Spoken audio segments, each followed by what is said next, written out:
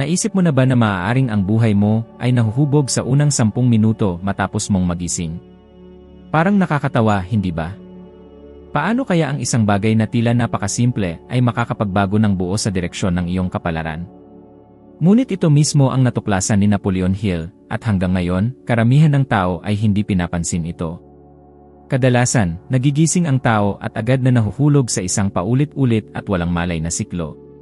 Tumutulog ang alarm, bumabangon ang katawan ng mabigat, at bago pa man makahinga ng malalim ay abala na agad sa mga alalahanin, nakatitig sa telepono, nagbabasa ng mga mensahe na kumakain ng atensyon, at iniisip ang bigat ng trabaho na hindi pa nagsisimula. Para bang ang araw ay siya nang nananalo laban sa iyo, sa halip na ikaw ang magsimulang manalo laban sa araw. Ilang ulit mo na bang naranasan iyon?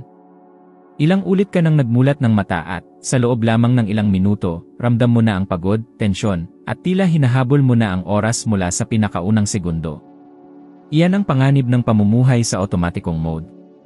Iyan ang paggising para lamang tumugon sa mundo, sa halip na ikaw mismo ang bumuo ng sarili mong mundo. At ang mas nakakatakot, kapag nasanay ka na rito, hindi mo namamalayan kung gaano karami sa iyong kapangyarihan ang unti-unti mong ibinibigay. Pinapatunayan ng agham ang panganib na ito. Ayon sa mga pag-aaral ng Harvard Business School, ang damdamin at linaw ng isip sa umaga ay madalas na inuulit ng buong araw, na lumilikha ng sunod-sunod na epekto. Kung gigising kang magulo, balisa, at hindi konektado sa iyong sarili, halos imposible na maibalik mo pa ang tamang focus mamaya. Naroon mismo ang sikreto na halos walang nakakakita, ang unang minuto ng umaga ay parang lente. Ang lente na yon ay maaaring magpalaki sa pinakamagandang meron ka, o kaya'y magpabago ng iyong pananaw at ipadama na ang buong araw ay isang talong laban. Ang tanong ay ito, anong lente ang pinipili mo? Natutunan ito ni Napoleon Hill sa mahirap na paraan noong kabataan niya. Matapos mamatay ang kanyang ina ng napakaaga, nakaranas siya ng matinding paghihirap sa emosyon at pera. Kinailangan niyang magtrabaho sa mga minahan ng karbon sa Virginia, kung saan araw-araw ay mabigat, marumi, at nakakapagod ang gawain. Maaari niyang ginugol ang buong buhay niya sa pagreklamo tungkol sa kawalan ng hustisya, ngunit pinili niyang subukan ang kakaiba. Ginamit ni Hill ang unang mga oras ng araw upang ituon ang isip sa maliliit na layunin, matapos ang isang pagbasa, makapagsulat ng ilang talata, o kahit simpleng pag-isip kung ano ang nais niyang makamit lampas sa mga minahan. Napansin niya na kapag sinimulan niya ang araw na kumakapit sa kung ano ang kaya niyang malikha, sa halip na sa kung ano ang tinitiis, gumagaan ang bigat at lumalakas ang pag-asa. Hindi iyon mahika, iyon ay desisyon. Ngayon, huminto ka at mag-isip, ilang ulit mo na bang nahuli ang iyong sarili na inuulit sa isipan ang mga katagang, wala akong oras, hindi ito para sa akin, hindi magbabago ang buhay ko, sa mismong pagsisimula ng araw. Napapansin mo ba kung paano kahit hindi mo sinasadyang sabihin, ang mga salitang iyon ay agad nang nagpo-programa sa iyong isipan upang maniwala sa pagkatalo. Nangyayari ito dahil ang utak ng tao, lalo na sa unang minuto ng paggising, ay nasa kalagayang mas tumatanggap na kilala bilang mga alon na alpha. Para itong matabang lupa na naghihintay ng buto. Kaya ang tanong, anong uri ng buto ang iyong itinatanim, buto ba ng takot o buto ng tapang? Isipin mo ang dalawang tao, ang una ay nagising, dinampot ang telepono at pinuno ang sarili ng masasamang balita. Ang pangalawa ay nagising, huminga ng malalim, sumulat sa papel ng isang maliit na layunin para sa araw, at inalala ang isang bagay na kanyang ipinagpapasalamat. Sino sa tingin mo ang mas may linaw upang harapin ang mga hamon? Hindi iyon aksidente. Iyon ay sanhi at bunga. At narito ang isang hamon para sa iyo. Ikaw ba talaga ang may hawak ng kontrol sa iyong araw, o nakatira ka lamang sa kwento na isinulat ng mundo para sa iyo? Dahil kapag bumangon ka na agad sumasagot sa mga mensahe, iniisip ang mga bayarin, nilulunasan ang mga problema, at tumatakbo sa mga kagyat na bagay, para mo na ring ibinigay ang susi ng iyong isipan sa iba. Ang panganib ng pamumuhay sa otomatikong paraan ay ninanakaw nito ang iyong buhay nang hindi mo namamalayan. Pinapadaloy nito ang mga taon habang nananatili kang nakagapos sa parehong gawain, nagrereklamo sa parehong bagay, at hindi mo napapansin na nagsimula ang lahat sa unang desisyon ng araw. Bumangon bilang may-ari ng sarili o bilang bilanggo ng pagmamadali. Si Napoleon Hill ay madalas magsabi na bawat umaga ay isang tahimik na pakikipagkasundo sa pagitan ng iyong disiplina at ng iyong takot.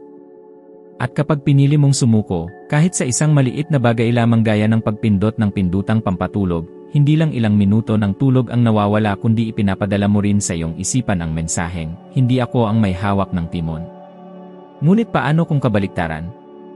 Paano kung simulan mo ang bukas sa ibang paraan, kahit sa isang simpleng hakbang, tulad ng pagbangon ng hindi nag-aalangan, paghinga ng malalim, pag-isip kung sino ang nais mong maging, at paglakad kahit isang maliit na hakbang tungo roon?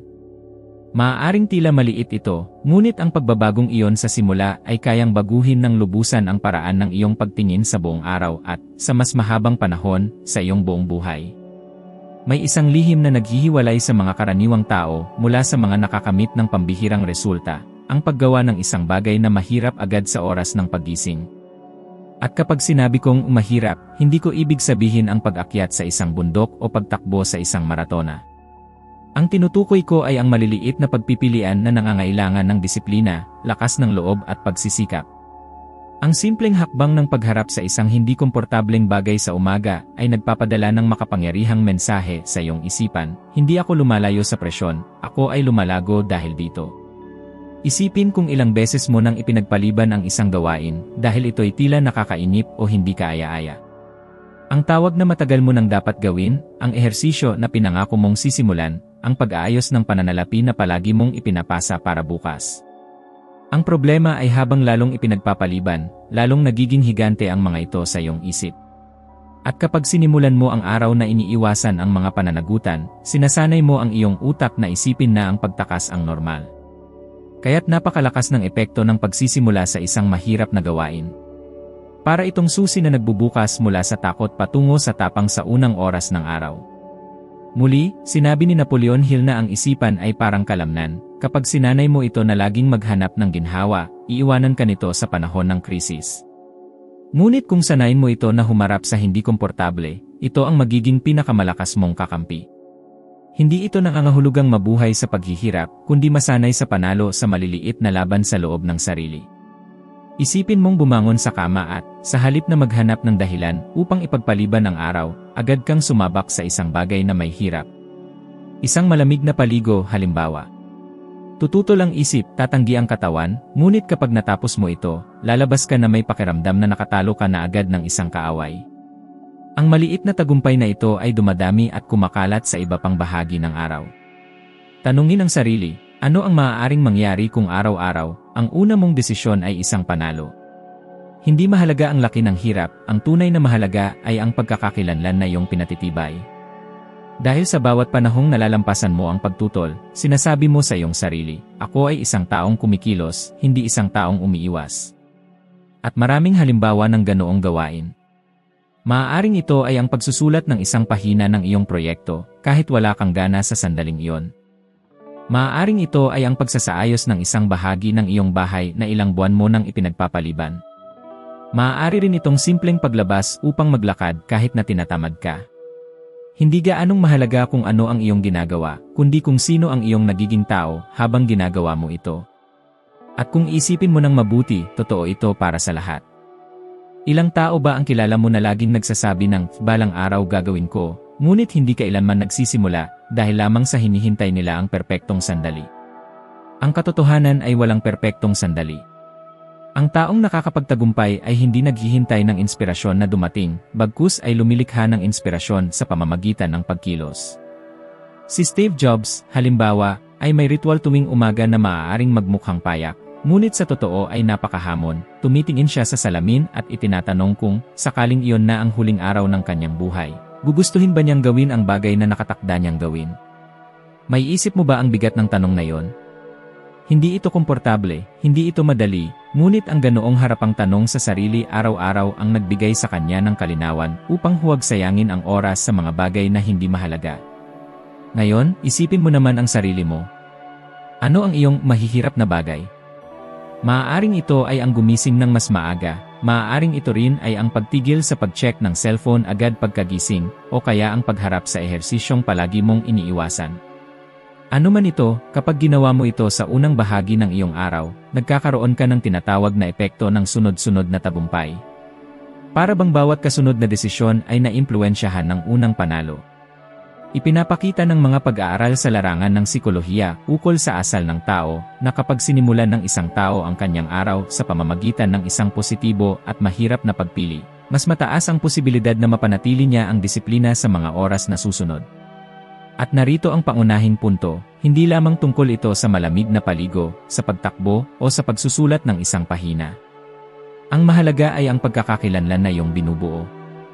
Isang pagkakakilanlan ng taong hindi sumusuko sa presyon, kundi mas lalo pang tumitibay dahil dito.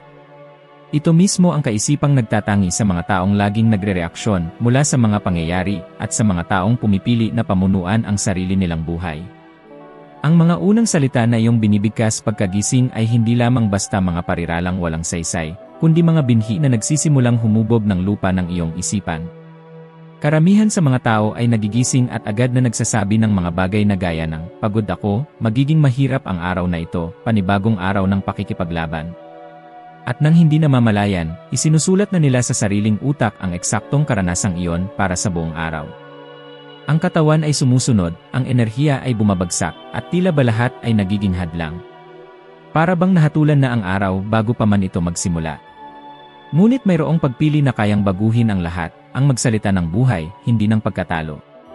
Kapag ikaw ay nagising at buong lakas na idineklara ang mga pahayag gaya ng, "Ngayon ay lilikha ako ng mga oportunidad, mayroon akong lakas, kaya kong gawin ito," hindi mo lamang niloloko ang sarili mo, kundi tinuturuan mo ang iyong isip na kumilos ng naayon. At ang malay na isipan ay hindi nagtatanong kung totoo man ito o hindi, ito ay nagtatala lamang at nagsisimulang mag-operate batay sa paulit-ulit na mensahe. Para itong pagpaprograma ng isang computer. Napansin mo ba kung paano ang taong laging nagsasabi ng "I-ako ay malas" ay mas madalas na nakakaranas ng problema? At ang isang tao na laging inuusal ang "makakahanap ako ng paraan" ay halos palaging nakakadiskubre ng solusyon. Hindi ito simpleng pagkakataon lamang, ito ay halimbawa ng kapangyarihan ng mental na programa. Alam ito ni Napoleon Hill. Kaya noong panahon ng dakilang depresyon sa Estados Unidos, isang yugto kung saan milyon-milyong tao ang nabalot ng matinding takot, siya ay tinawag upang tumulong sa pagbubuo ng mga mensahe na magpapataas ng loob ng mga mamamayan. Kasama ng Pangulo noon na si Franklin Roosevelt, ipinaglaban niya ang ideya na ang paulit-ulit na pagbigkas ng mga salita ng tapang ay may kapangyarihang baguhin ang kaisipan at buhay ng tao. Maaaring muling sindihan ng mga salita ang pag-asa ng isang buong bansa. At hindi ba't yan din mismo ang nangyayari sa iyo, sa antas na personal, kapag pinipili mong simulan ang iyong araw sa pagbanggit ng tagumpay imbes na pagkatalo? Marahil ay naiisip mo, pero wala namang saysay na sabihin kung maayos ako kung sa katunayan ay pagod ako o may mga problema. At diyan pumapasok ang pinakamahalagang punto. Hindi ito pagpapanggap, hindi rin ito pagtanggi sa katotohanan. Ito ay pagpili ng lente kung paano mo titignan ang mga pangyayari. Dahil ang paraan ng paglalarawan mo sa iyong buhay ay siyang humuhubog kung paano mo ito isinasabuhay. Pinatutunayan ito ng agham, ipinakikita ng mga pag-aaral sa positibong psikolohiya na ang mga taong nagsisimula ng araw sa mga mapagtibay na pahayag ay may mas mababang antas ng cortisol, ang hormone na may kinalaman sa stress, at mas mataas na antas ng dopamina na may kinalaman sa motibasyon. Isipin mo ang dalawang sitwasyon. Isang tao ang bumangon, tumingin sa salamin at nagsabi, "Hindi ko na kaya, magiging mabigat ang araw na ito." Isa pa, kahit may kinakaharap na pagsubok, ay tumingin din sa salamin at nagsalita, "May lakas ako, ilang ulit ko nang napagtagumpayan ang hirap at muli ko itong mapagtatagumpayan." Alin sa dalawa ang inaakala mong magkakaroon ng higit na kalinawan, enerhiya, at sigla upang harapin ang darating? Ang kaibahan ay wala sa sitwasyon, kundi na sa mga salita. At huwag mong isipin na ito ay pawang teorya lamang. Ang mga dakilang pinuno at negosyante ay matagal nang batid ang kapangyarihan ng mga pahayag. Si Muhammad Ali, halimbawa, ay paulit-ulit na nagsasabi, "Ako ang pinakadakila."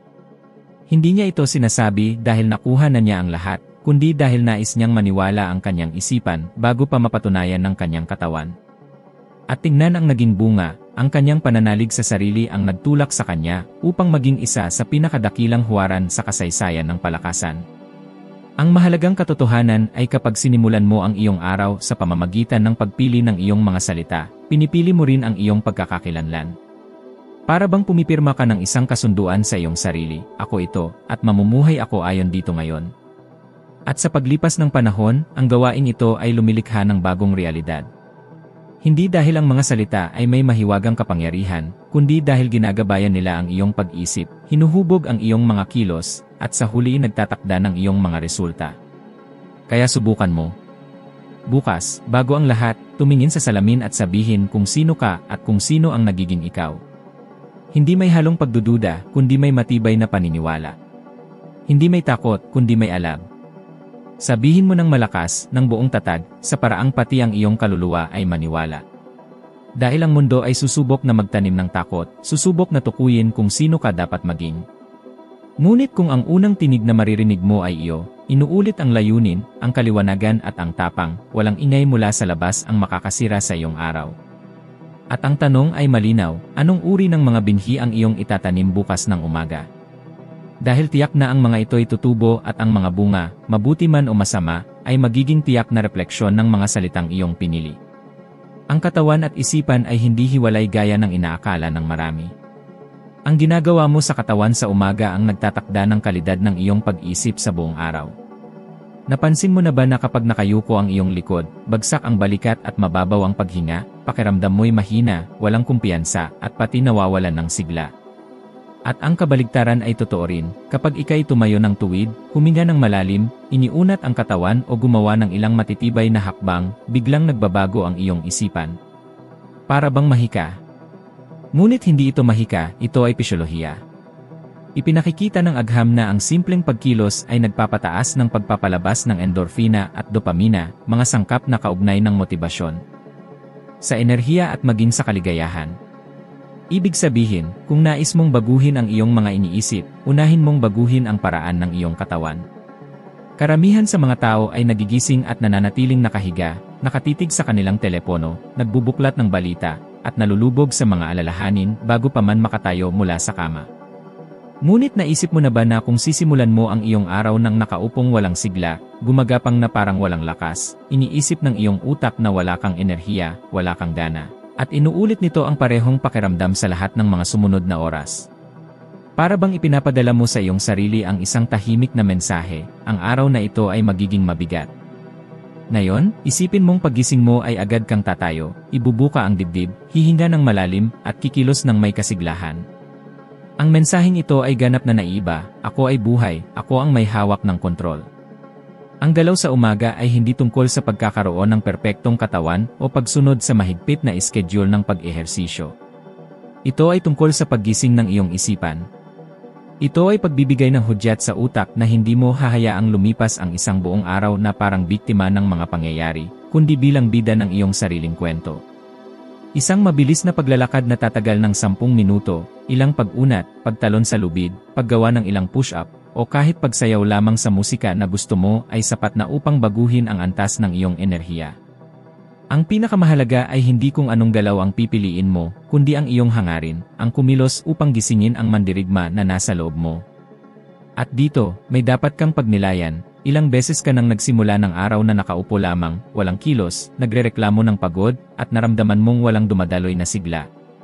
Ihambing mo naman sa mga pagkakataon na kahit wala kang gana, pinili mong kumilos, maaaring nag-ehersisyo, naglakad, o kahit nag-ayos lamang ng bahay, at bigla mong napansin na nagbago ang iyong sigla.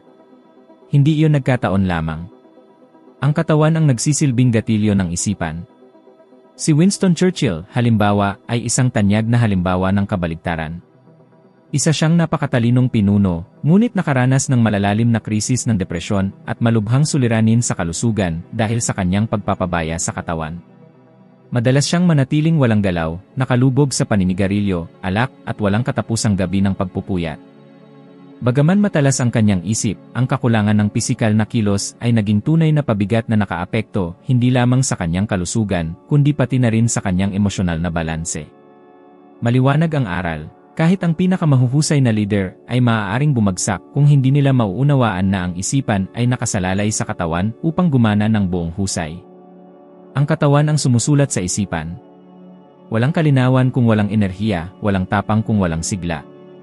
Kaya bawat umaga ay isang pagkakataon upang ipakita sa iyong utak kung sino ang may hawak ng timon. Kapag kumikilos ka, hindi ka lamang nagigising, kundi nagpapadala ka ng isang makapangyarihang hudyat, ako ay handa. At mula sa hudyat na yon, mas malinaw kang makakapagdesisyon, tataas ang konsentrasyon, at maging ang pinakamabibigat na emosyon ay nawawalan ng lakas. Kaya tanungin mo ang iyong sarili, nais mo bang ipagpatuloy ang pagbibigay ng iyong mga umaga sa pagod at kawalan ng sigla, o sisimulan mong ayusin ang iyong isipan sa pamamagitan ng pagkilos? Tandaan, hindi ito tungkol sa itsura, kundi tungkol sa kalayaan. Hindi ito tungkol sa pagbuo ng katawan, kundi sa pagpapalaya mula sa katamaran. Sapagkat bawat hakbang, bawat malalim na paghinga, bawat patak ng pawis ay isang tahimik na pahayag na hindi mo tinatanggap na simulan ang araw ng maliit. At ang sinumang nagsisimula ng malaki, bihirang magtapos ng maliit.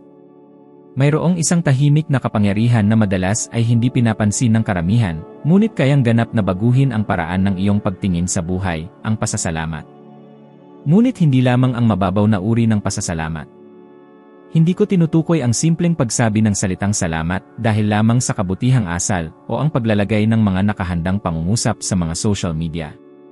Ang tinutukoy ko ay isang sadyang gawain, may kamalayan at may layunin na ginagawa lalo na sa unang mga minuto pagkagising sa umaga. Sapagkat sa sandaling iyon, kapag ang isipan ay wala pang ingay ng mundo, may kapangyarihan ang pasasalamat na baguhin ang iyong pananaw at ilipat ang iyong enerhiya mula sa kaloob-looban. Karamihan sa mga tao ay nagigising na iniisip agad kung ano ang kulang. Kulang sa pera, kulang sa oras, kulang sa pagkilala, kulang sa lakas. At kapag sinimulan mo ang araw na dala ang pananaw ng kakulangan, tila ba lahat ng bagay sa paligid mo ay hindi sapat? Nagsisimula kang magkumpara sa iba, magreklamo tungkol sa kung ano ang wala, at ang kalalabasan ay gugugulin mo ang buong araw sa isang walang humpay na habulan upang punan ang isang puwang na kailanman ay hindi napupuno. Ngayon, isipin mo naman ang kabaligtaran, kapag nagising ka at pinili mong alalahanin ng may kamalayan ang mga bagay na mayroon ka na, ang mga tagumpay na nakamit mo, at maging ang maliliit na detalye na nagbibigay kahulugan sa iyong buhay. Umaalis ka sa isipan ng kakulangan at pumapasok sa estado ng kasaganaan. At hindi ito murang pilosopiya, ito ay siyensya. Natuklasan ng mga mananaliksik mula sa Universidad ng California sa Berkeley na ang mga taong nagsasagawa ng pasasalamat araw-araw ay may mas mababang antas ng cortisol, na siyang hormone ng tensyon, at mas mataas na antas ng dopamine at serotonin, mga sangkap na tuwirang nakaugnay sa kaligayahan at kaginhawaan. Ibig sabihin, ang simpleng pagbanggit ng 3 bagay na pinasasalamatan mo ay maaaring magpatibay ng iyong panlaban sa sakit, magpabuti ng iyong tulog, at kahit magbigay pa ng dagdag na gana sa pagtatrabaho. Kaya narito ang isang payak na ehersisyo na may kakayahang lubos na baguhin ang iyong mga araw. Sa paggising, bago mo tingnan ang iyong telepono o isipin ang mga tungkulin, huminto ka muna ng 1 minuto at pangalanan ang 3 bagay na ipinagpapasalamat mo. Maaari itong maging isang bagay na malaki, gaya ng kalusugan ng mahal mo sa buhay, o isang tila maliit na bagay, gaya ng tasa ng kape na iinumin mo pagkaraan. Ang mahalaga ay gawin ito ng may tunay na damdamin at kamalayan. Kung nais mo, isulat mo sa kwaderno. Kung mas gusto mo, bigkasin mo ng malakas. Ang pinakapunto ay gawing isang araw-araw na ritual ang gawain ito. Maaring mukhang napakasimple, subalit ang katotohanan ay karamihan ay hindi ito ginagawa. At dahil dito sila ay nananatiling nakatali sa siklo ng kawalang kasiyahan at walang tigil na paghahambing. Hindi tinatanggal ng pasasalamat ang iyong ambisyon, sa halip ay lalo pa itong pinapalakas. Sapagkat kapag nagsimula ka mula sa paniniwala na mayroon ka ng halaga, at ikaw ay buo na, ang iyong paghahanap ng tagumpay ay hindi na mula sa pagkadesperado, kundi bilang isang paraan ng pagpapahayag. Hindi ka na humahabol upang punan ang sarili, kundi upang maibahagi ang yaman na nasa loob mo. At nais kong itanong sa iyo, paano kaya magbabago ang iyong buhay kung sa halip na simulan ang bawat araw sa pagreklamo tungkol sa kulang, sisimulan mo ito sa pagdiriwang ng mga bagay na mayroon ka na? Marahil ang pagbabagong iyong inaasahan ay hindi nakasalalay sa pagkamit ng bago, kundi sa bagong paraan ng pagtingin sa mga bagay na nasa harapan mo na. Ang iyong mga umaga ang humuhubog kung sino ka nagiging. Ang iyong ginagawa sa unang mga minuto matapos magising ay siyang binhi na magtatakda ng mga bunga ng iyong araw, ng iyong linggo, at sa kalaunan ng iyong buhay. Ito ang tunay na susi na nais ipakita sa atin ni Napoleon Hill. Hindi mo kailangang hintayin pang magbago ang buhay upang magsimula, nagbabago ang buhay sa mismong sandali na pinili mong magsimula sa ibang paraan. At kung nais mong magpatuloy sa paglalakbay na ito, tandaan mo na sa susunod na video na lilitaw sa iyong screen ay aakyat pa tayo ng isa pang hakbang upang ikaw ay maging 1% na higit na mabuti kaysa ikaw ngayon. Maraming salamat sa iyong pakikisama sa akin sa araw na ito at inaasahan kong makasama ka muli sa susunod na video.